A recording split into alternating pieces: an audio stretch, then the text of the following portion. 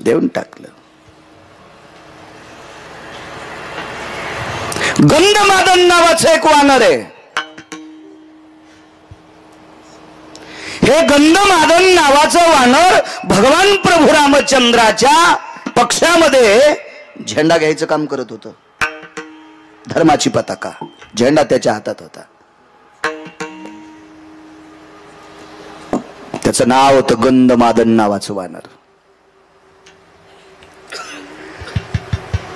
18 पद्म वानर 72 कोटी रिसन 56 कोटी गोलांगोळ. तुकोबारा का म्हणतात, हे का मागण्या मागतात, याचा पुरावा तुमच्या पुढे मांडतोय. तुम्हाला मान्य असेल घ्या, नसेल मान्य तुम्ही तुमचं ठरवा. कारण पुराणाला संप्रदायानं शिक्कामोर्तब केले. पाहावे पुराणी विचारून. माझे तुकोबाराय म्हणतात पुराणीचा रस गोड आहे. पुराण सांगते ते आपल्या संप्रदायाला मानावं लागते. त्या संप्रदायाच्या नावानं 2 टायमानं भाकरी खातोय, त्या संप्रदायाच्या विरोधात मला कसं बोलता येईल. तुम्ही मान्य करा न करा, तुम्ही व्यक्ती स्वतंत्र आहात. तुम्ही ठरवा तुम्हाला काय करायचं. या सर्व वानरांच्या पुढे झेंडा घ्यायचं काम. एके दिवशी प्रभूंनी सांगितलं, तिसरा दिवस युद्धाचा सुरू आहे. सकाळी दर्शन घेतलं, ते इतकं तापड होतो, इतकं तापड होतो, इतकं तापड होतो, इतकं तापड की बघताच सोय नाही. महाराज, रावणाच्या पक्षातल्या एकाही माणसाच्या हाताने एकाही वानराचा मृत्यू नाही झाला. आणि मग रावणाला गुप्तचरांनी सांगितलं, मालक आपलं एवढं सैन्य असून रामचंद्राच्या पक्षातला झेंडा धरणार वानर मरत नाही, काय आपल्याला ताकद आहे. रावणानं धारेव धरलं. संध्याकाळी मीटिंग घेतली. रमेशराव बेटा, कोणी नाही गेलं तरी हरकत नाही, पण आज गंधमादन वाजता कामा नाही. इतका बाणाचा वर्षाव झाला, इतकाचा बाण आला की उडी आणत होतो. पण कर्म नो गती. एक बाण लागला, एक बाण लागला आणि त्या बाणानं झेंड्याची काठीच उडून गेली. पण किती उडून गेली सांगू. ही उंच काठी जिथरोक झेंडा होता का तिथून उडून गेली, खालच्या हातातच राहिली. पण ती काठी घेऊनच नाचत होतं, माहीतच नाही झेंडा उडून गेलाय. इतकं प्रेम. धर्मावर पकड किती असती काही काही लोकांची बघा. काही काही धर्मासाठी माईकवर बोंबलत येत, अशी काही पकड नसती त्यांची. असं काय नसते. माईकवर मात्र धर्मासाठी इतके बोलणार, इतके बोलणार. वा वा वा. छत्रपती शिवाजी राजेंची जयंती आल्या, बापा बिल्लेन तेन काय वा वा वा वा, सारं भगवच वादळ. हो. आणि जयंती झाली की 2-4 दिवसाला पवळी उकरी तू घोरपडी पाहला. बसायची जागा आणायला पाहिजे निबर काठीनं. नालाय का तू, लायकी आहे का रे. नुसता हावभाव करतो नुसता. हे इतकं आपल्याकडे काही गोष्टी आल्या ना, बापरे बापरे असं वाटतंय की पाहाचंच काम नाही. आमची इथे एक महाराज आले आणि त्या महाराजाला आंघोळ घालू लागले.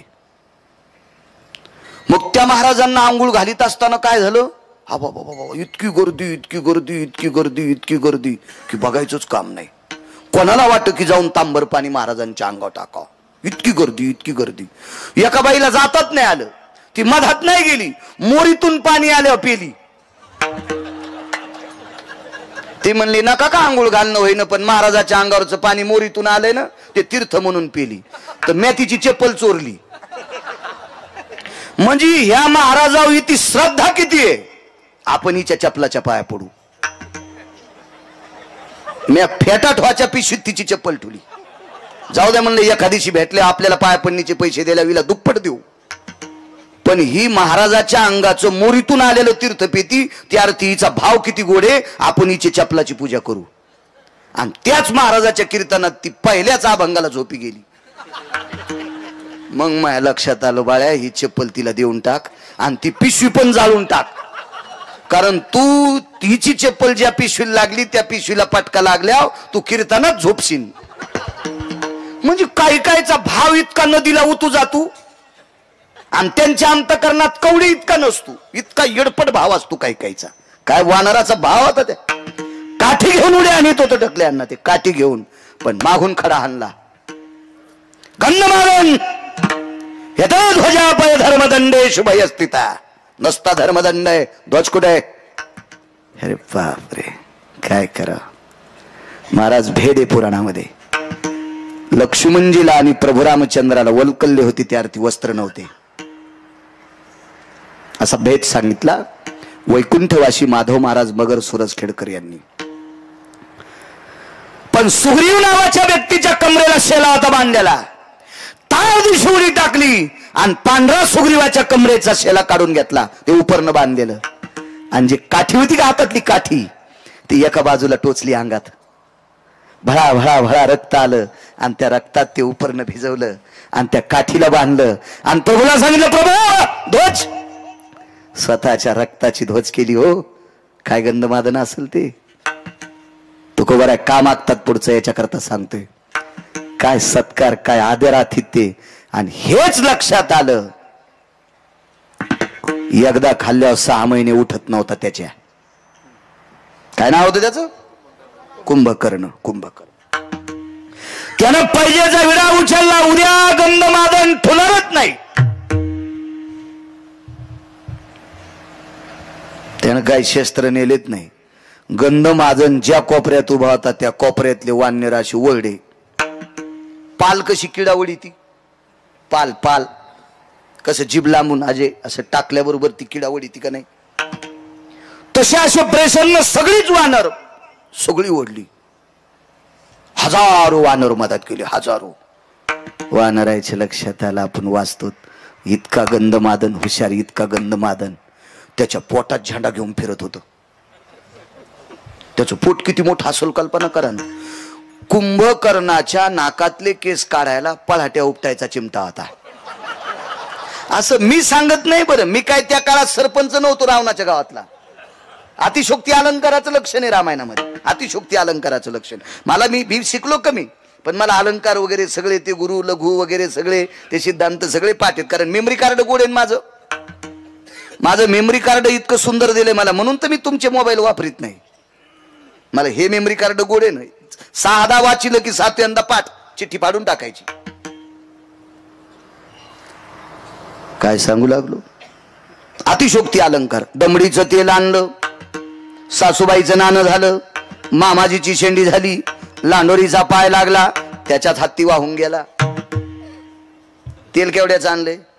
दमडीचं. बरं ठीक आहे, त्यावेळेला दमडीमध्ये 20 क्विंटल तेल येत होतं असं समजा. पण 20 क्विंटल तेलाची टाकी मोराच्या बायकोला पालती होती का? मोराची बायको कोण? लांडोरी. लांडोरीचा पाय केवढा असतोय? एवढूसा. मग लांडोरीच्या पायानं पालतं झालेलं तेल असेल केवढं? एवढी एवढी वाटी. मग मोराच्या पायानं पालतं झालेल्या तेलात हत्ती वाहून जातो, हे अतिशोक्ती अलंकाराचं लक्षण आहे. तसा कुंभकर्ण हा अतिशोक्ती अलंकाराचं लक्षण होतं. त्याची दाढी करायला जे वस्त्रे होते का, त्याला कोळपेच्या दांड्याच्या पासा होत्या, त्या ह्या होत्या दांड्या मुठी. हो एवढा एवढा एवढा कुंभकर्ण होता. ओढूनच घेतली वानर सगळे. पण सगळ्या वानरांच्या भोवताल पोटात फिरत होतं. मरू देत नाही रे, काळजी करू नका, त्याचं गुण गात राहा. मरायला लागल्या भजन आठवतोय ते म्हणले वाचायचं असेल तर गुण गा. राक्षसाच्या पोटात गुण गायलं. राक्षसा पुरावे 1-2 देतो तुम्हाला. पोटात गुण गायल्याच्या नंतर एक जण म्हणला कौरव गुण गाच रे, म्हणला रस्ता दिसूस तर. इतक्या टोकानं पोटात गुण गायलं आणि प्रकाश पडला तो कानातून. आणि मग गंधमादनानं सांगितलं हानान उड्या येडपटा होती, होच रस्ता आहे ना.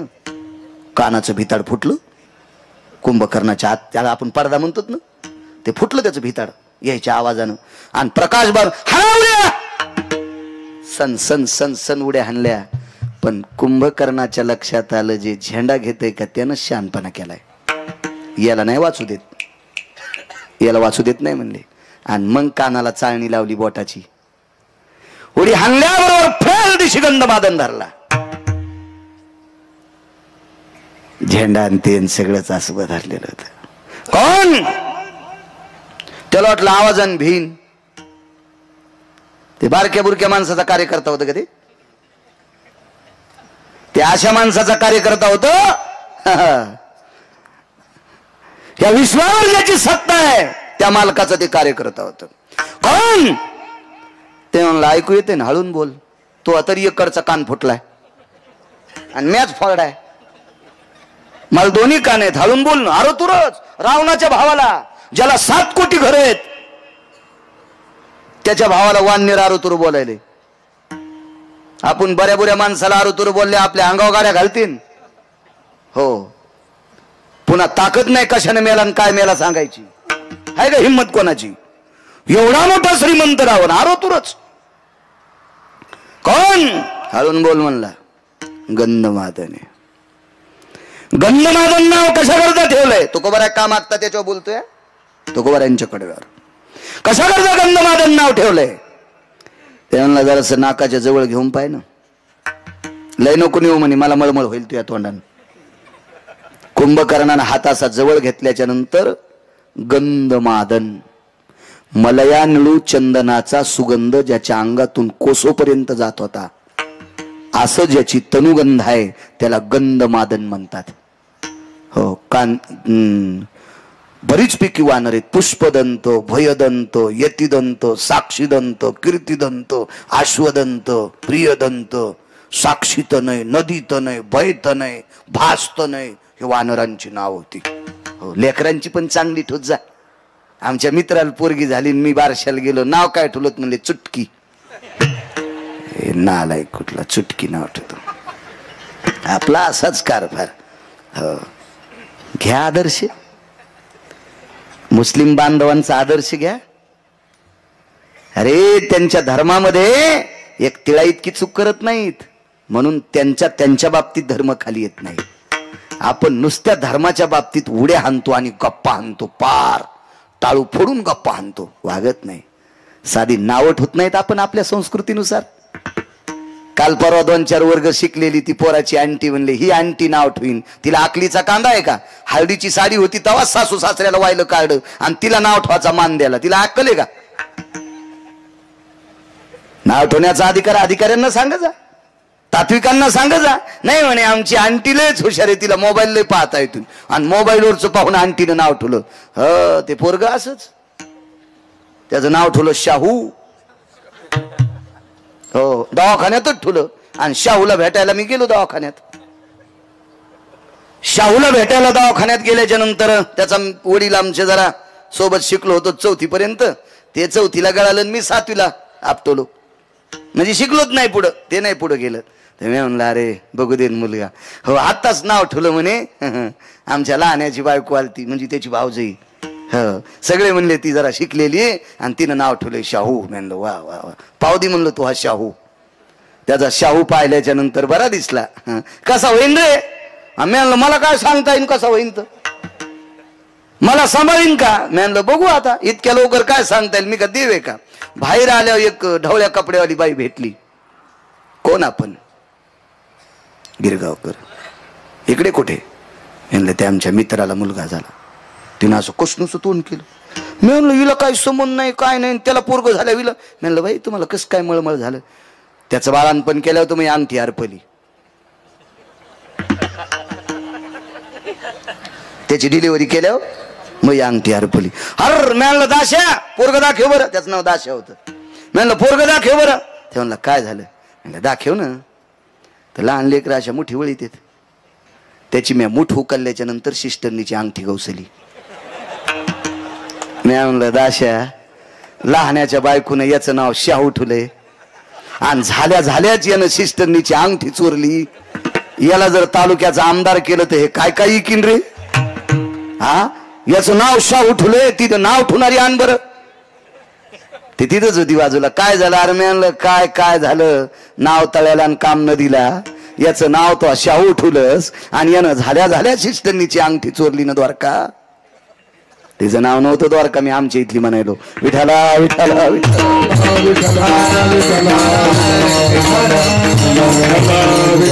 आपण काही जोपाशीत नाही. बघा गंधमादन, याच्याकरता गंधमादन नाव आहे. एक सांगू का? तो येतो का रावणाकडे? म्हणलं रावणाकडे कशाला? अरे काय या रामाचं नाव घेऊन पाला खातोस तू झाडाचा? माझ्या दादाकडे आल्याच्या नंतर गावरान तुपातलं जेवण. म्हणला नको कडे. ते फार वेगवेगळं बोललं होतं, पण आता सांगत नाही, पुढे सरकतोय, वेळ मोज काय आपल्याकडं. इतकं बोललं घाणेरड्या वाणीत ते वानर, इतकं बोललं की ते ऐकल्याच्या नंतर त्या कुंभकर्णाला वाटत होतं जीव देवा का काय. इतकं खालच्या पातळीत बोललं. त्यानं सांगितलं 3.5 कोटी घरं देतो एकदा रावण मन. सांगतो जाऊ दे. कुंभकर्ण काय म्हणला त्या वानराला, 3.5 कोटी घर सोन्याचे देतो, फक्त एकदाच रावण म्हण. ते म्हणला खरं सांगू का, यायम नैसर्गिक स्थित क्रियानाम शंका भयत लघु स्थिते यत साम्य दृष्टिवादायाम यति परभेदान भय व्याप्ती. सांगू का खाली येऊन, मी जर लघु शंका करीत असताना रावण जर पुढे आलो तर त्याच्याकडे तोंड करून लघवी करणं सुद्धा मला पाप वाटतंय. हे 7 कोटी घराच्या मालकाच्या विरोधात बोलले. काय वानर असेल दारशी कल्पना करा. आणि मी येतो का म्हणलं, नाव घेतो का, मारीन, जीव गेला तरी हरकत नाही, पण म्हणला नाही येणार. दाबलं असं कर कर कर कर कर कर कर कर कर दाबलं. जितक्या रक्ताच्या चिळकंड्या अंगावर तोंडावर आल्या ना, त्या रक्ताच्या थेंबा थेंबातून राम राम येत होता. काय गुण गात असेल, रक्ताच्या थेंबा थेंबातून विटेवरच्या मालकाचं गुण गात होतं. राग आला कुंभकर्णाला, हरामासाचा कातड्याचा असा चुरगाळा केला आणि फेकून दिला. तो मूर्ख म्हणे, कुठं ऐकायला तयार नाही. गंधमादन मृत्यू पावला त्या दिवशी एकाही वानराने पाला खाल्ला नाही. याला म्हणतात आपल्याचं दुःख. आपल्याचं दुःख. जागच्या जाग्यावर वानर पडलेली आहेत. ती रात्र प्रभू रामचंद्राला सुद्धा दुःखाची होती. आपल्या पक्षातला धर्माची ध्वज घेणारा आज मृत्यू पावलाय. लक्ष्मणजीनं वारं घातलेलं आहे. प्रभूला झोप लागली. गुणगाई नावडी सांगतोय, झोप लागली. बरोबर झोप लागल्याच्या नंतर 10-5 मिनिटाला प्रभू जागे व्हायचे. काय झालं प्रभू? काय नाही रे, इथं आवाज येतोय, झोपा पुन्हा. 10-5 मिनिटाला झोपले की पुन्हा प्रभू उठायचे. आवाज येतोय. कोण भजन करीत होतं माहितीये? गंधमादन नावाचं वानर. मारुतीरायला बोलून घेतलं लक्ष्मणजीनं. हनुमंता, मालक आज झोपत नाहीत. मारुतीराय जवळ आले. रात्रीचे 2 वाजलेले आहेत. प्रणाम केला. प्रभू, रावणाची भीती वाटायली का? नाही, भीती वाटत नाही रावणाची. मग झोप का येत नाही? दशकी कशाची, चिंता कशाची, कशा करता आरबळायले? एक सांगू का हनुमंता, माझ्या जीवनातला रात्रीच्या वेळेला घडलेला प्रसंग जीवनातला हा पहिला आहे. मी झोपी गेल्याच्या नंतर माझ्या हृदयावर राम नावाचा आवाज आदळतोय आणि तो अंतःकरणापासून निघणारा आवाज माझ्या हृदयावर आदळते. कोण असेल? मारुतीराय बुद्धिमतान वरिष्ठम. मारुतीरायने विचार केला आणि सुग्रीवांना यांना त्यांना विचारलं, का रे गंधमादन मृत्यू पावला हे माहीत झाले, प्रेत सापडलं का? काय सापडल म्हणे हनुमंता, कुंभकर्णाने चुरा केला रे त्याचा, आणि कोणीकडे फेकलं लक्षात नाही. सागराकडे फेकला असेल तर समुद्रात विलीन झाला असेल. मारुतीरायने सांगितलं, गप्पा हाणू नका, प्रेत सापडलं पाहिजे. हे सगळी 6 माणसं जागेत. एकटे मारुतीराय फिरतात. मारुतीराय दळाच्या बाजूला फिरत असताना थोडे बाजूला गेले. त्याच बाजूला त्याच्या हाडामासाचा त्वचेचा गोळा पडला होता. मारुतीराय चालत असताना साजूक चांदण्याचा प्रकाश होता आणि त्या प्रकाशात मारुतीरायच्या पायावर तो गोळा आदळला. वाकून पाहिलं तर हाडामासाचा गोळा होता. हाडामासाचा एवढा एवढा गोळा होता. हुंजळीत घेतला. कोण? मी गंधमादन. हृदयाशी लावला. बाळा, कुंभकर्णाने तुझ्या शरीराचा चुरा केला रे, तरी तुझ्या त्वचेतून, तुझ्या अस्थितून, तुझ्या मांसाच्या तुकड्यातून राम नावाचा ध्वनी तू गुणगातोस. जी पवन सुता, एकदा त्याचे पाय दाखव. हाडा मासाचा गोळा घेऊन शिबिरात आले रावटीत. विटेवरच्या मालकाला दाखिलं, मालक तुमची झोप हे मोडीत होतं, हे मोडीत होतं झोप. लक्ष्मणाने विचार केला, हाडा मासाचा गोळा आहे. ह्या मोठ्या रोडून एखादी मांजर यावा, बारीकस कुत्र यावा, बारीकस डुक्कर यावा, बारीकसा रानटी पशु यावा आणि त्याच्या अंगावून एखादा असं टायर जावा, कसलं दिसतंय ते भाग. तसं गंधमादनाचं असं शरीर, असं एवढा एवढा गोळा होता तो, छिन्न बिछिन्न झालेला गोळा. लक्ष्मणजीला वाटलं हनुमंताला कळत नाही देवाच्या हातात काय द्यावं. प्रभू, मारुतीरायने सांगितलं, लहाने मालक शांत बसा. आणि प्रभू रामचंद्राच्या वंजळीत तो गोळा दिलाय. देवा हे तुमची झोप मोडते. अरे हाडा मासाचा गोळा आहे रे, मेलेल्या व्यक्तीचं मांस आहे, मेलेल्या व्यक्तीची हाडे चुरा झालेले, मेलेल्या व्यक्तीची त्वचा आहे कातड, हे काय माझी झोप मोडील? प्रभू थोडासा हात कानाजवळ नेता का? आणि प्रभू रामचंद्राने तो हात कानाजवळ नेल्याच्या नंतर त्या हाडा मासाच्या पुंजातून श्रीराम जय राम जय जय राम हा आवाज येत होता. कोण आहे? हे गंधमादन नावाच्या वानराचं शरीर आहे. हृदयाशी धरलं. ब्राह्मी मुहूर्त सुरू झालं. पहाटेचं 3:43 झाले. ब्राह्मी मुहूर्ताला सुरुवात झाली. जगाच्या मालकानं हृदयाला चिटकलेला पिंड पुढं केला आणि पूर्वेकडे बघून डोळ्यातल्या पाण्यानं तो पिंड धुतला. डोळ्यातल्या पाण्यानं अभिषेक केला.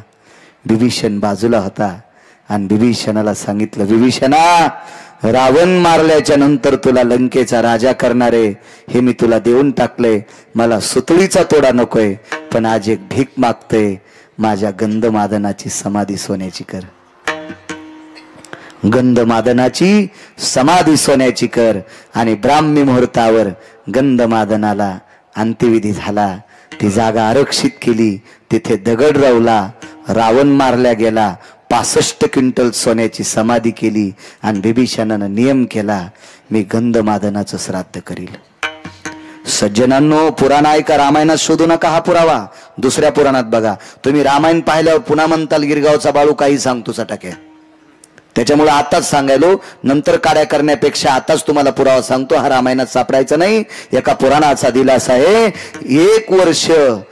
1 वर्ष गंधमादनाचं श्राद्ध न केल्यामुळं लंकेत आवर्षण पडलं होतं. थेंबभर पाऊस पडला नाही 12 महिन्यात, थेंबभर. आणि मग मालकाला संदेश दिला, पाऊस का पडतोय? तर मग एका धन्वंतरी नावाच्या वैद्यानं सूचित केलं. विश्वकर्मा नावाची व्यक्ती आणि धन्वंतरी एकत्रित आले आणि विभीषण चिरंजीव होते. त्यांना सांगितलं, राजा, गंधमादनाचं श्राद्ध विसरलास. दृष्टांत संपला. राजे हो, पशुच्या योनीतला वानर, 65 क्विंटल सोन्याची समाधी भारतात कोणाचीच नाही. भारत देशामध्ये 65 क्विंटल सोन्याची समाधी कोण्याच श्रीमंताची नाही. कोण्याच श्रीमंताची नाही. अद्याप नाही कोण्या माणसाची नाही. पण त्या काळामध्ये 65 क्विंटल सुवर्णाची समाधी गंधमादन नावाच्या वानराची होती. तुकोबराय बाहू हलवून विचारतात, देवा, अरे वानर आहे ते, वानर आहे, रानातले पाला खाणार वानर आहे, त्याची सुवर्णाची समाधी. अरे ज्यांनी 500 एकर जमिनी पोरायला कमिल्या त्याचे कट्टे बापाचे श्राद्ध घालत नाही. 7 चिरंजीवापैकी एक चिरंजीव विभीषण, लंकेचा राजा, भजनानंदी, त्याच्या भजनानं त्याचं घर जळत नाही. एवढी मोठी ताकद ज्याच्यात आहे. एक वारकरी एका वानराचं श्राद्ध घालतोय. ताकद कशाची? विटेवरच्या मालकाचे डोळे भरून आले आणि तुकोबाराला सांगितलं, तुकोबारा, त्या वानरा इतकं गुण माझं कोणीच गायलं नाही. मग जे वानर तुमचं गुण गाते त्याला इतकं उंच टोकाला नेतात. ही गुण गाणाराची ताकद आहे. मला तरी दुसरं देतात कशाला? म्हणून दुसऱ्या कडव्यात गुण गायना आवडी, गुण गायना आवडी, गुण गायना आवडी, गुण गायना आवडी. राजीव, गुण गाणाऱ्याची ताकद बघा. गुण गाणाऱ्याचा अधिकार तो किती मोठा आहे कल्पना करा. आई वानराची समाधी एवढी मोठी कुठे? ज्याचं श्राद्ध लंकेचा राजा घालतोय, तर्पण विधी करतोय विभीषण, ही गुण गाण्याची ताकद आहे. संध्याकाळी खाल नव्हते एका वारकऱ्याला, संध्याकाळी खाल नाही. गुण गाण्याची ताकद किती मोठी काकडे बुवा, कुशाल बुवा, संतोष बुवा. रात्री जेवायला नाही. एक रात्र इतकी बिकट की त्या रात्रीमुळं त्या वारकऱ्याला 18 विश्व दारिद्र्य, इतकी गरिबी म्हणून सिद्ध झाला. 18 विश्व दारिद्र्य म्हणजे गरिबी म्हणून सिद्ध नाव तिथं पडलं. त्या रात्री पीठ ठेवायचं गाडगं होतं. पीठ ठेवतेत ना, भाकरीचं गव्हाचं ज्वारीचं पीठ ठेवतेत ना, हे गाडगं होतं. त्या गाडग्यामध्ये शिपभर एक चमचाभर पीठ नव्हतं. त्या गाडग्यामध्ये मीठ टाकलं एवढं एवढं आणि त्याच्यात पाणी टाकलं गुंडीभर आणि ते गाडगं चुलीवर ठेवलं आणि पाणी खळा खळा खळा खळा उकळलं.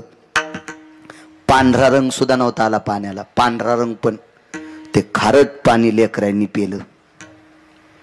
परिस्थिती किती नाजूक असेल कल्पना करा, किती नाजूक परिस्थिती असेल. पहिल्या दिवसाची ती परिस्थिती, दुसऱ्या दिवशी काहीच नाही.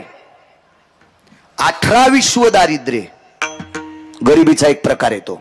18 विश्व दारिद्र्य. दुसऱ्या दिवशी त्याच्यातले 7-8 सिद्धांत एवढे सांगत नाही, तुम्हालाही ताण होईल डोक्यात ठेवायला. आणि मी बी काही गुत घेतलं नाही. दुसरा मुद्दा सांगतो. दुसऱ्या दिवशी एक मिठाचा खडा घेतला, पाण्यात बुडीला, झोपलेल्या लेकराच्या ओठावून फिरीला. झोपीत ओठावर गेलेलं खारट पाणी जिभेच्या चेंड्यानं चाटत होते. इतकी परिस्थिती. 18 विश्व दारिद्र्यातला तो एक प्रकार. बरेच आहेत असे प्रकार. सांगतो पुढचा. तिसऱ्या दिवशी मिठाचं पाणी किती पोटात सहन होईल. उमाळा येत होता, कोरड्या वांत्या होत्या त्या. कराव काय. 18 विश्व दारिद्र्यातला एक तिसरा प्रकार आहे. बापानी धोत्राची चिंदी फाडली. बापानी धोत्राची चिंदी फाडली, तिचे 2 तुकडे केले. त्या चिंदीला पिळा घातला. एक चिंदी बाबा पत्नीकडे दिली आणि एक स्वतःकडे ठेवली. आणि दोघांनी दोन्ही लेकराचे पोट आवळले. म्हणून आपल्याकडे एक मन होती, पोट बांधून कमिलं, पोट आवळून कमिलं. हे जुने सिद्धांत लक्षात घेत जा, जीनच्या पॅन्टीवाले होत. मागच्या दुष्काळात आपल्या बाप दाद्यांनी संध्याकाळी जेवण झाल्यावर झोपताना चिमण्याही झिल्या. मी महिना झालो बोंबलतोय रोज कीर्तनात 2 मिनिटं तरी. आपल्या बाप दाद्यानं, या धोत्रावाल्यानं, ह्या पटक्यावाल्यानं संध्याकाळी जेवण झाल्या झोपताना दिवाही झिला रे, दिवाही झिला. दिवा अंधारात रात्र काढली. त्या दिव्याचं राहिलेलं तेल उद्याच्या संध्याकाळी पुरावा आणि आपले संसार सुखाचे व्हावा, याच्याकरता आपले बाप दादे अंधारात झोपले रे, अंधारात झोपले. अंधारात कदर करा त्याची. चिठ्ठी आलेली मला. दम नाही हो कीर्तनाला. रमेशराव दम नाही भागवताला, रामायणाला. गुण काय आला लोकायला. लोकायचा एकच धडाका, कीर्तनकार आणणे, खपक्या पाकिट देणे, त्याला मालदार करणे. हे आशाला असे सोनाराच्या फुकणीवाणी. नळी फुंकिली सोनारे, इकडून तिकडे गेले वारे. काय घेता तुम्ही याच्यातलं. मगाशी म्हणलेलं वाक्य तुम्हाला सांगतो. तुम्ही म्हणताल रे रगील झाला का. एक जण म्हणला भरली गिरगाव कराची. हो, म्हणून ते लय सरसर बोलायला आहे. मी नाही म्हणत मोठा सप्ताह कोण्या सप्त्याला. का म्हणत नाही. ज्या सप्त्यात 11 पोरायनं जर माळी घातल्या तर त्या सप्त्यातल्या मंडपातली माती चाटीन गिरगावकर. त्या मंडपातली मातीची भेन चाटीन. त्या सप्त्याला मोठं म्हणील. ज्या सप्त्यामध्ये 25 बायकांनी तंबाखू सोडावा, काय म्हणून तंबाखू खाता. मला टकटक दिसायला तुम्ही 3 जण उभे राहा. कशाला कीर्तनात बसला. तुमच्या पापानं जळून जाईन गिरगावचा बाळ्या. ए उठ, ए म्हातारे उठ, उठ. काय मागं पाहू नको, तूच उठ. मरण काला हो दी. काय अर्थ आहे मला सांगा ना रमेशराव. कशाला सप्ते करायचे. महाराज श्रीमंत करण्यासाठी. आणि तुम्ही असेच कोरडे फट. तिघीला म्हणलं पण मला 90 कळाल्या. त्या एकूण ती दुसरीनं गुच्चा द्याला. तू बी खातीस ना. ती म्हणली तू नाहीच खात का. मला तितक्यात ओळखू आल्या. पटापटा पटापटा पटा लक्षात आल्या. जी म्हातारी तंबाखू खाती का, तिच्या मांडीवर सुनानं पप्या द्यायचा नाही. द्यायचा नाही, द्यायचा नाही. कारण लहानपणामध्ये त्या व्यसनाच्या वासानं याला कालांतराने व्यसन लागल. देऊ नकोस, देऊ नको. लय बेकार तंबाखू. 90,000ला मसड आणली मी. 90,000ला. मी ओरिजिनल शेतकरी माणूस आहे. मला दुधाची मसड, दुधाची गाय, चांगला बैल कळू. तुम्ही चांदणीचा बैल घेत नाही, साडी कुटणारा घेत नाही, फिरून कापसाच्या मुंडक्यावर पावलं टाकू. तुम्ही येडपटे का कसली बी करायला शेती. नंबर 1 जोड घेत असतो पद्धतशीर उभा. मसड घेतली मी 90,000ची आणि त्या म्हशीचं शेण आणायला आमच्या गावातली म्हातारी गेली. ती रातच्या झोपताना तंबाखू इथं टाकीत होती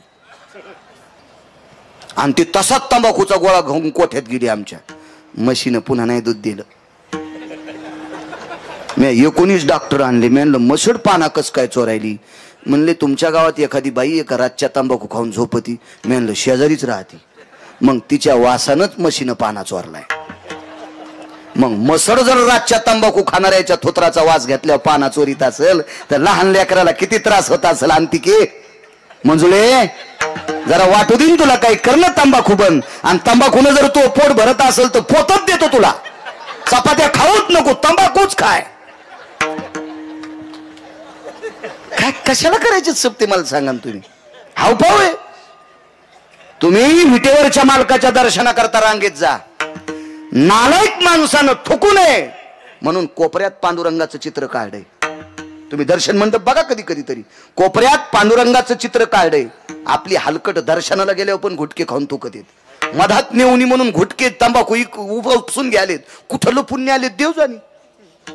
आम्ही एकदा तिरुपतीला गेलो. तिरुपतीला जाताना खालीच सगळे ते बिड्या काड्याचं ठिसकून घेतल्या. आमच्या इथल्या पोरानं एअर किन्नर मध्ये तोटा नेला. आम्ही जी गाडी नेलती का त्या एअर किन्नरच्या बॉक्स मध्येच घातला तोटा. ते बॉक्सच घातला. मी म्हणलं आगावच काम बाबा. तिरुपतीला पण कळणार नाही गिरगावच्या पोराला इतकं डोकं दिलंच कुठून. एअर किन्नरच्या बॉक्स मध्ये घातला त्यानं ते तोट्याचं. काय माणसं झाली. म्हणून त्या कोपऱ्यात थुकू नये म्हणून जगाच्या मालकाचं चित्र काढो. तिथं पण लाजा नाहीत आपल्या लोकांना. कोणती मस्जिद जाऊन बघा.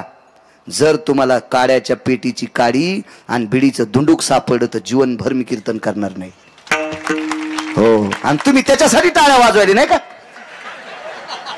तुमचे मंदिर असेच नालायकाला पते खेळण्यासाठी. हा सदरा राजीव सदरा सदरा. लय मागच्या लोकांनी आपला धर्म चांगला सांभाळलाय. नका चुका करायच्या नका. माझ्या माईनो 25 बायकांनी ज्या ज्या ज्या तंबाखू सोडतील का उद्याच्या काल्यात. उद्याच्या काल्यामध्ये सकाळी संकल्प करा मारुतीरायच्या पुढं. आणि हे तोटा गिटा जे काय असेल ना गाय छाप त्या गाईला काऊन बदनाम केलो. त्या तंबाखूच्या पुडीवर गाय छाप रावण छाप नाव द्यायला पाहिजे होतं त्या पुडीला. कशाला गाईला बदनाम केलं? काय काय लोक कशाला नाव देतील काय मिळत नाही. नका करी जाऊ. 25 बायकाने तंबाखू सोडी तर तुमचा पांढरी पिंपळगावचा सप्ता सफल झाला. 11 पोर आहे ना उद्या काल्याच्या कीर्तनात महाराजांच्या हातानं माळ घाला. 11च पोर आहे ना. 12 नका घालू उग गाव उलथन. हो फक्त 11 पोरांनी घाला. झाला सप्ता सफल झाला. पुन्हा सांगतो जी सून सासू सासऱ्याला नीट भाकरी देत नाही त्या 5च सुनाईनं सासू सासऱ्याला टायमाला जेवायला द्या. सप्ता सफल झाला. जो मुलगा आई वडिलाला नीट बोलत नाही. अरे काय भेटणारे राजू तुम्हाला आमच्या पाया पडण्यात. फुलं टाकली तुम्ही माझ्या अंगावर. तुम्ही 200-400 पोरायनं फुलं टाकले माझ्या अंगावर. फुलं टाकले फुलं. जर तुम्ही तुमच्या मायबापाला मानित नसाल तर पंढरपूरचा मालक तुमच्या बोकांनी दगड टाकीन. मला आणा नाही तर नका आणू. तुमच्यावर माझं काय चालणार आहे? माझं मोठं करणारा पंढरपुरातला मालक आहे. आणि तुम्ही काय मला मोठं करणार आहेत? तुमच्या गावातल्या माणसांनी मला 5 कोटी रुपये दिले आणि जाता जाता औरंगाबादला जर अटॅक आला तर काय 5 कोटी अंगावर घेऊन फुकून घ्यायचे का? मला किती दिवस जगायचं आणि किती दिवस मोठं करायचे पंढरपुरातल्या मालकाच्या हातात आहे. तुम्ही चांगलं वागा राजो. जगातला सर्वात मोठा देव आपले आई वडील आहेत. जो आई वडिलाच्या पाया पडतो का जगाचा मालक त्याला मान्य करतोय. जो मायबापाच्या पाया पडत नाही महाराजाच्या पाया पडत असेल तो महाराजच जळण त्याच्या पापानं. हो काय काय अर्थ आहे त्याला? रे जुन्यांची किंमत करा राजू. हो ह्या जुन्या आपल्या बापदाद्यांची किंमत करा. ते आपल्यासाठी तळतळ तुटलेत रे. त्यांना किंमत करा. सासू सासऱ्याला माना माझ्या माईंनो. माहेरातून बाईनं भैमुगाच्या शेंगा दिल्या. मी फराळाला गेलो एका बाईच्या घरी. महाराज या म्हणले फराळाला. भीमराव गेलो. भैमुगाच्या शेंगा होत्या गावरान. काय म्हणते तरी त्या पिस्तोल्या भैमुग असे पुढे 2 आणि वर 1 सोला असतो असा तिरपट झालेला पिस्तोला आणि गावरान भैमुग. लाल भोय होती आमच्याकडे तिथे पेरायचो होतो आम्ही. मग त्या भुईमुगाच्या शेंगा खाल्ल्या आणि गुळ खाल्ला. फुकट खाल्ल्या वर्णन करावंच लागतंय. म्हणलं काय दोरखाबाई शेंगा आहेत. माया माईन दिल्या. अरे बापरे दोरकीला माहीतच नव्हता हे किती दाढ येत. मायामाईनं शेंगा दिल्या. मायामाईनं. म्या म्हणलं द्वारकाबाई तुझ्या माईनं फक्त शेंगात दिल्यात. 9 तासाच्या नंतर ह्या गावाच्या बाहेर जात्यात. काहीचे वायर ढिले उशिरा कळालं. त्या माईनं फक्त भैमुगाच्या शेंगात दिल्यात. 9 तासाच्या नंतर ह्या गावाच्या बाहेर जात्यात. याच्या माईनं तुला हेव दिलाय. सांभाळायसाठी हेव द्यालाय. जसं त्याच्या माईला बी चोंभाळणं, कधी कधी नवऱ्याच्या माईला बी चोंभाळी जा, तर तुमचे लेकर म्हातारपणी तुम्हाला चोंभाळतील. नवऱ्याच्या माईला जी सून चोंभाळणार नाही का, तिचे पोरं तिचे झोपीत अंगुठे घेणार. ह्या म्हणत्यान ह्या मेल्याला आणलंच खाऊन, तुम्हाला नीट करण्यासाठीच आणलंय. हो, काही नाही. तुम्ही हरिपाठ पाठ करायला, ज्ञानेश्वरी वाचायलीन, नाथ भागवत वाचायलीन, सासूला बघितल्याबरोबर असं थोत्तर करायली गाड घ्यावानी. काय तू तुळस खाल्लीस तर काय उपयोग घेतो? हा, काय काय अर्थ आहे का त्या गोष्टीला? अहो, चांगलं वागण्याला किंमत असते, बाकी नाही काही किंमत. जाऊ द्या, काय सांगू लागलो. पोट आवडलं, 18 विश्व दारिद्र्यातला एक प्रकार. पोट आवडलं, पोट आलो नाही इथपर्यंत. आणि मग दोघ जण बसलेत. बाईनं सांगितलं, मालक कसं व्हायचं, काय करू नकोस. बालपणातला माझा मित्र, त्या मित्राचं नाव जगदानंद कंद जगतपती द्वारकाधीश कृष्ण परमात्मा. तू काळजी करू नको, त्याचं गुण गात्र आहे. त्याच्या गुण गाण्याची ताकद आहे का? पंढरपुरातल्या मालकाचं गुण गायलं 3च कारण ऐकले तुम्ही. पिठाच्या गाडग्यात पाणी टाकून उकळून आंबील पेली 1, मिठाच्या खड्याचं पाणी चाटलं 2, पुन्हा खाण्यासाठी काहीच नाही म्हणून धोत्राच्या दशीनं पोट आवडलं 3. पुन्हा राहिलेल्या 4 गोष्टी पुन्हा कधी बघू दुसऱ्या कीर्तनात. इतक्या परिस्थितीत संसार करणारा व्यक्ती पंढरपुरातल्या मालकाचं गुण गायलं, गुण गुण आणि गुण गात त्याच्या भेटी करता गेला. काय? पोह्याचा चुरा घेऊन, पोह्याचा चुरा घेऊन, पोह्याचा चुरा घेऊन. आमचे एक मित्र भागवतकार आहेत, ते म्हणले आता ऐका बरं का. आणि काय सुदामदेव पोहे घेऊन गेले बरं का, आणि काय त्या पोह्याला चव होती बरं का. आणि देवाच्या बायकोला तशी चविष्ट पोहे करताच येत नव्हते बरं का. आणि काय त्या पोह्यामध्ये चव होती, त्या चवीला पंढरपुरातला मालक बोलला बरं का. आणि मग सुदाम देवाला सोन्याचं गाव दिलं. माणसं मर्तेंद्र सुंबळ्या वाचून सांगत आहे भागवत. पोहे हे निमित्त शुद्ध भाव देखून या. भाव शुद्ध होता आणि शुद्ध भावाने विटेवरच्या मालकाचं गुण गायलं, गाव सोन्याचं केलं. अर्बूज क्विंटल सोनं उरलं. किती टनाचा एक अर्बूज सांगता येईल का? एखादा सीए ची परीक्षा देणार आहे का इथं? चार्टेड अकाउंटंट किती टन टाकल्या एक अर्बूज? खर्व, निखर्व, पर्व, भयस्ती, भयाम, मंगलम, आसुडी, आस्तु, खलयम, पर्वणी, गत्वम, सांख्यम, मेयम, तुल्यम. काय नाही सांगतायत? बरा तुमच्यापेक्षा गिरगावचा बाळ्या 7वी शिकलेला. एकावर 18 शून्य असल्यावर पिवळे कपडे सगळे, बाकी कोणी कॉपी करायची नाही. एकावर 18 शून्य दिल्यावर त्याला काय म्हणतात? अरे राजे हो, त्याला शंखू म्हणतात. विठाला विठाला विठाला विठाला विठाला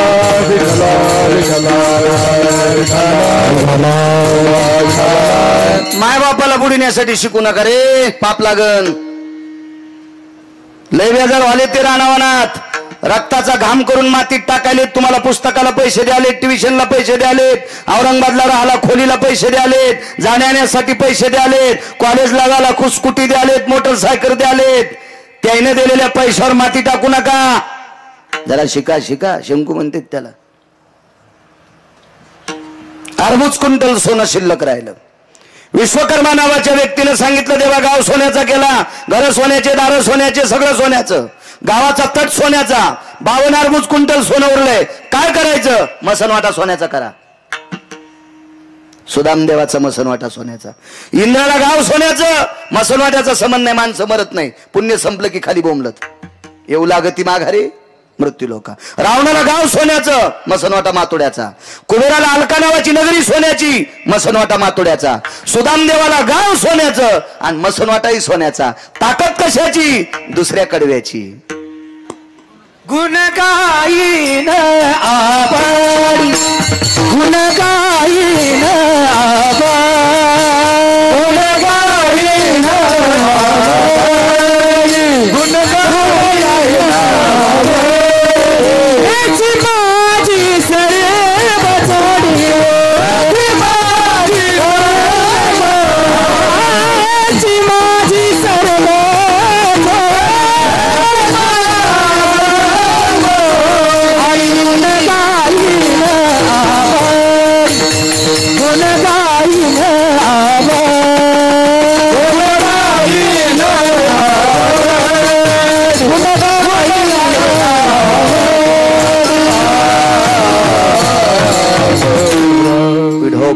रखुमाई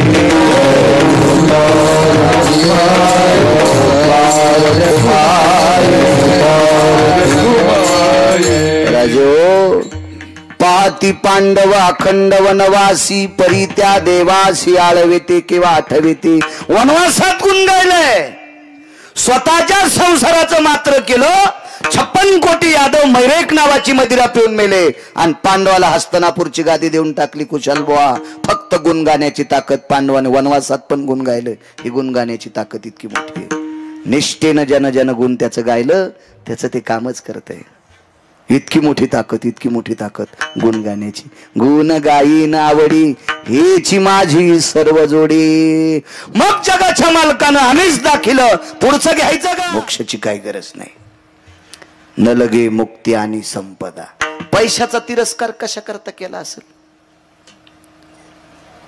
मालकांचंच वाक्य ऐसा कोणी दावा हे जया नावडे कन्या पुत्र घोडे दाराधन पैसे आवडत नाहीत त्यांना हातवरी करावं आमचे कधी कधी कंबर बांधून पैशाच्या विरोधात बोलते भेटत नाहीत म्हणून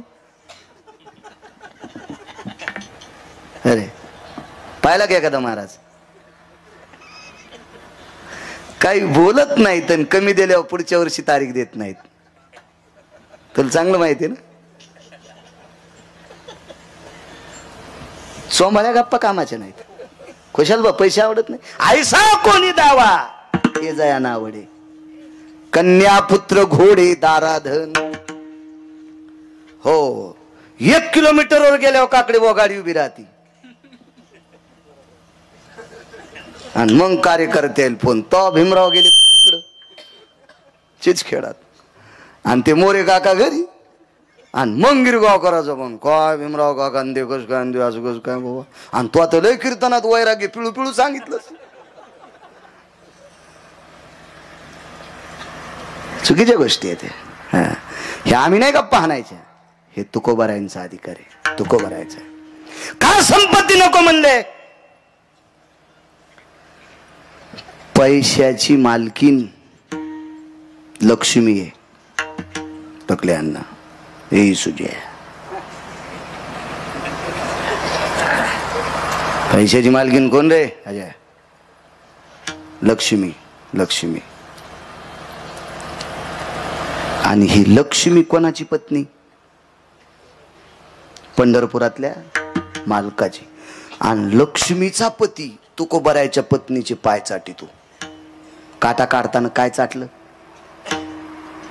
कशान काढा काटा नाचकांडानं कात्रीनं काट्यानं सुईनं दाबनं ना दंताभयस्थितेषु ओष्टाम्रसनस्थितो पदांबुज भयस्थितं चरणरजाति जायते नैवं गांजा कसम लिखितम हे का गिरगावकरानं लिहिलंय का गांजा फुक्यानं लिहिलंय का त्या नालायकानं महाराज ज्या तुकोबारायच्या पत्नीच्या पायाची माती लक्ष्मीचा पती चाटतोय ते तुकोबाराय लक्ष्मी कशाला मागते काय गरज आहे याच्या पलीकडे सांगू का तुकोबाराय कोण आहेत कोण कोण कोण कनकाबाई नावाची स्त्री पंढरपूरला गेली त्या बाईचं नाव होतं कनकाबाई 10 मिनिटं सरकून पुढं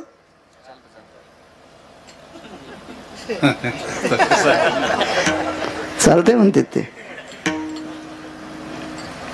कनकाबाई नावाच्या स्त्री पंढरपूरला गेल्या आणि मालकाचं दर्शन घेतल्याबरोबर विटेवरच्या मालकाच्या मुखारिंदूतून आवाज आला कनकाई तर बाईच्या लक्षात आलं पुढचा माणूस मला नुसता आई म्हणील पण मग नाव त्याला माहित नाही आणि मागचा कनका म्हणील पण आई कसा म्हणील मागचा पती होता त्या पतीचं नाव बोलोबा मग नवरा कनका म्हणील आई कसा म्हणील संभ्रमात पडल्यान मालकाला विचारलं मला कनकाई कोण म्हणतंय तेच म्हणतंय ते म्हणजे कोण विटेवरचा मालक काय देवा हे मागणं काहीतरी मागणं कनकाबाई म्हणल्या देवा मागायचंच नाही देवानं सांगितलं माय तुला महिषपती काहीतरी माग कनकाबाईला काय म्हणला विटेवरचा मालक कनकाई तुला महिषपती काहीतरी माग तर आई साहेबाला वाटलं देवाची शपथ कशी मोडायची माग ते देशील का हो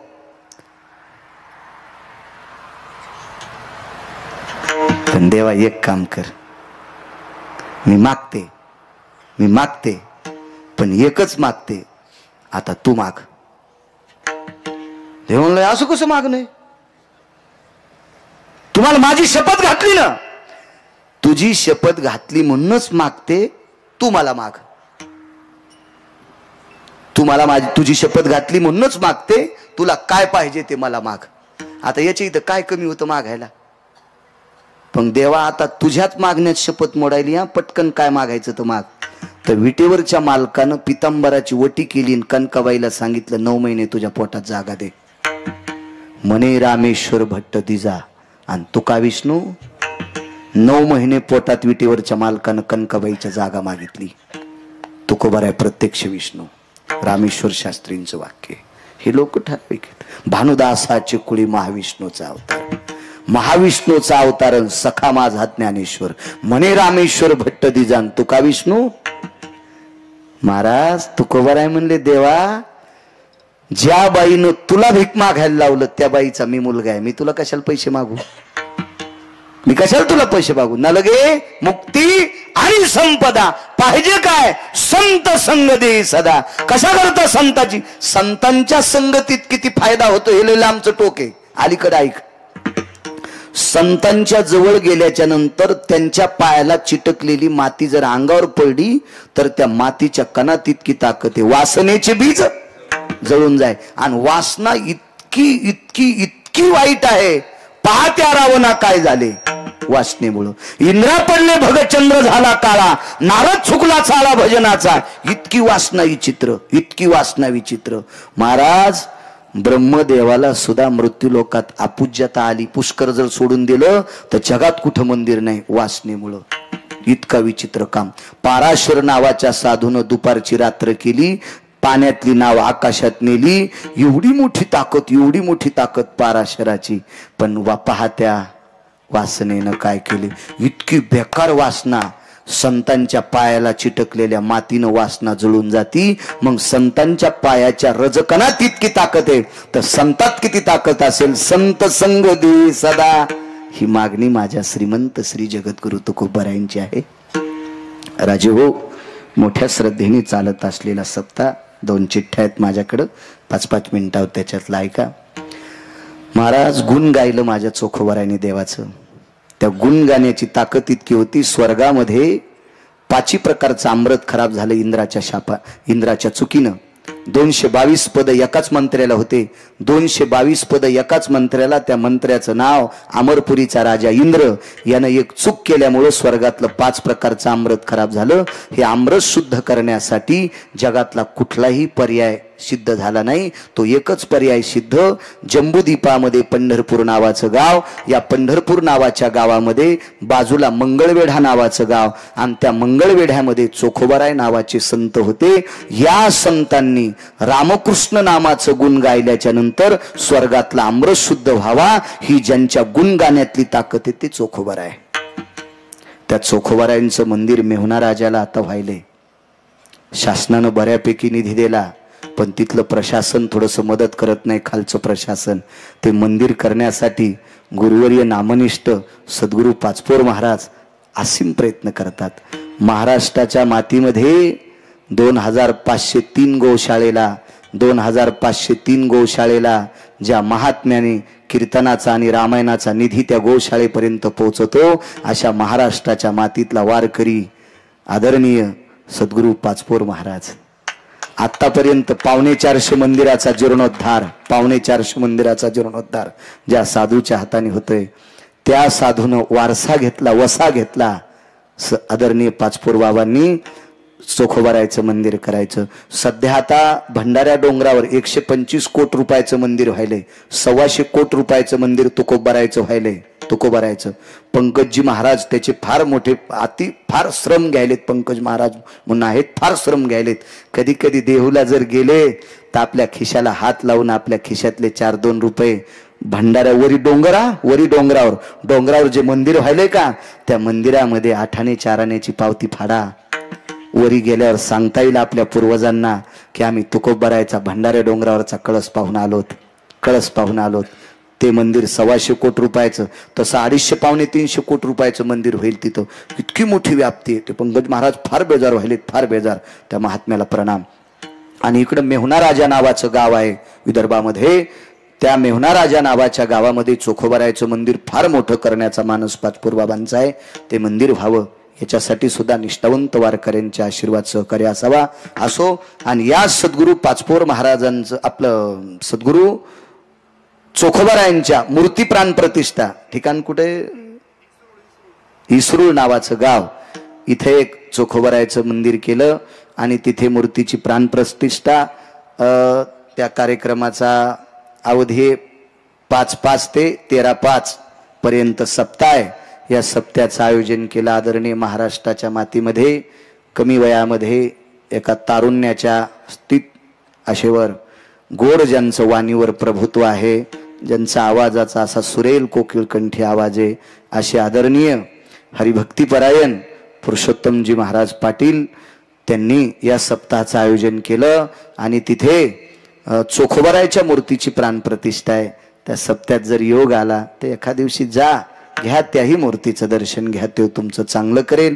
ते सप्त्याचं आयोजन पुरुषोत्तम महाराजांनी केलं, त्यांनाही धन्यवाद प्रणाम. मला तरुणांची एक इच्छा होती या सप्ताहामध्ये की महाराज आमच्या गावात सगळं सुफलाम सुजलाम सुफलाम आमचं गोड गाव झालंय, पण आमच्या गावामध्ये थोडंसं काही आता काही माणसं एक चुका करतेत, तांब्या घेऊन डबकं घेऊन टमरेल घेऊन रस्त्याला जातेत, हे जरा बंद करा. आता हे कीर्तनात बोलायचं स्टेज आहे नाही असं नाही म्हणता येणार. स्वच्छतेच्या बाबतीत कीर्तनात सांगितलं तर काय वावगं थोडं ठरेल. 10,000 वर्षापूर्वी त्रेतायुगात स्वच्छतेचा सल्ला दिला माझ्या शबरी मातेनं. 10,000 वर्षापूर्वी त्रेतायुगात सल्ला दिला स्वच्छतेचा, साफसफाईचा सल्ला दिला शबरीनं दिला स्वच्छतेचा. काल 700 वर्षापूर्वी स्वच्छतेचा सल्ला दिला माझ्या चोखोबारायांनी. रस्ते झाडायचं काम करत होते, नाल्या उपसायचं काम करत होते.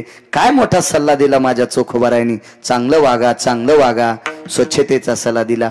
मग चोखोबाराय जर स्वच्छतेचा संदेश देतात, माझ्या शबरी माता स्वच्छतेचा संदेश देतात. आता जर देवगडचा आश्रम पाहिला ना तुम्ही, सद्गुरू किशनगिरी बाबांची समाधी, दत्तात्रयांचं मंदिर आहे तिथं, सद्गुरू किशन बाबांची समाधी आहे.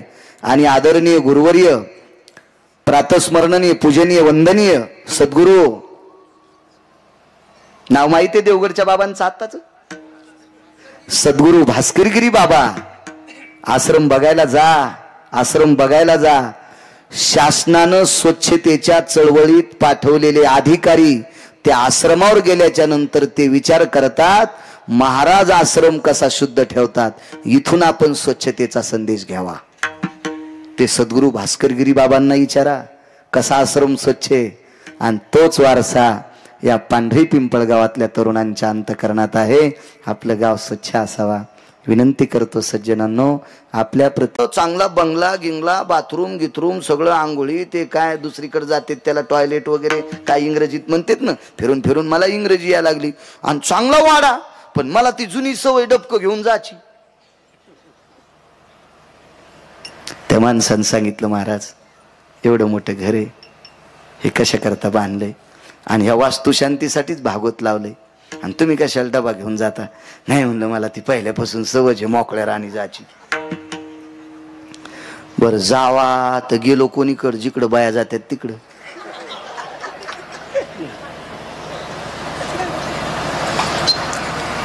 भागवतात सत्काराला एक जणांनी शाल आणली होती, रंगीबेरंगी शाल होती.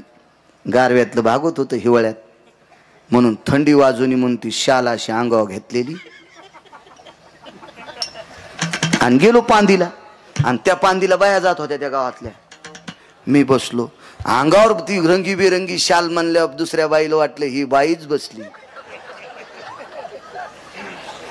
मया 50-50-100 फुटाच्या अंतरावर एक बाई. बाळ्यात म्हणला मेलो रे आता.